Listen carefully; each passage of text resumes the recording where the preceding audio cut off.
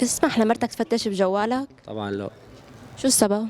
لانه هي خصوصياتي، انا ما بفتح لها موبايلها ابدا؟ لا ابدا.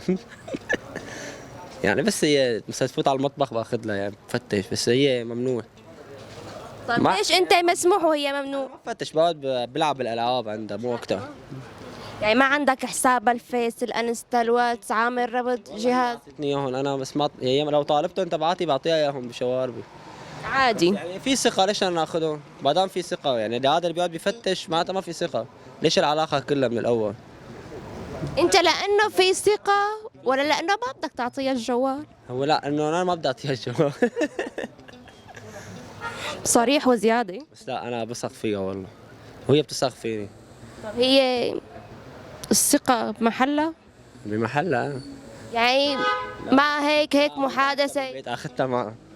لا والله ما عنا، نحن عنا هي بتعمل هيك، انا بعمل هيك.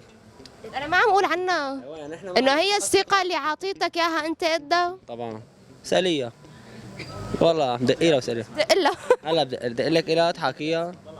لا عم نمزح. والله دغري بدق لها، سالية هلا بهدلتني.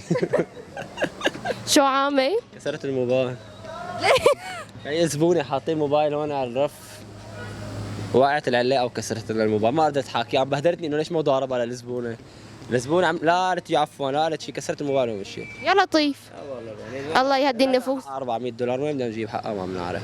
الله يهدي النفوس يا رب. الشاشه عفوا الشاشه.